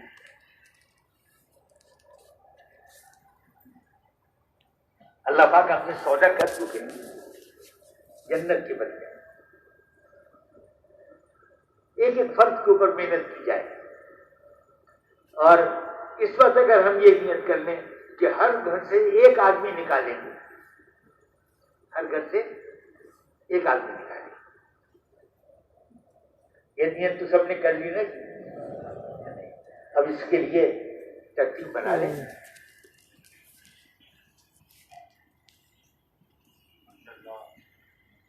اپنے عزم کو پکا رکھیں، عزم کو پکا رکھیں اور راتوں کو اٹھ کر اللہ سے قبول کروا لیں. اللہ کے لیے آسان ہے. کراچی کی فضا ایسی بن جائے ہر گھر سے ایک آدمی اللہ کے راستے میں نکلا ہوا ہو اور نکلے صحیح طریقے سے مشورے کے ساتھ جائے تو انشاءاللہ یہ بات اب زیادہ دور نہیں ہے. اب کچھ عرصے سے یہ 1000 جماعتوں میں کبھی 1100 ہو گئی، کبھی 1200 ہو گئی. اب یہ 2500 گاؤں نے کیا. کہتے ہیں ہم تو اس سے آگے چلیں. کوئی فرق نہیں پڑے، کراچی رہے گی. ہاں برکتیں ہر گھر میں آئیں اللہ کے راستے میں اپنے لوگوں کو نکالنے کی وجہ سے.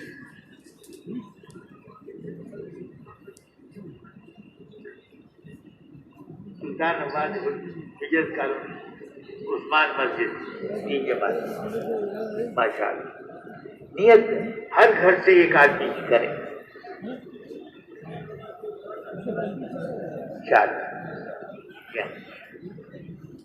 ہر گھر سے ایک آدمی، تاکہ ہر گھر والے اس کام کو اپنا کام بنانے کے رخ پر آ جائے. جن چیزوں کو ہم نے اپنا کام بنایا ہوا ہے وہ تو سب مٹی میں مل جانے والے ہیں. سب مٹی میں مل جانے والے، یہ باقی رہنے والی چیز.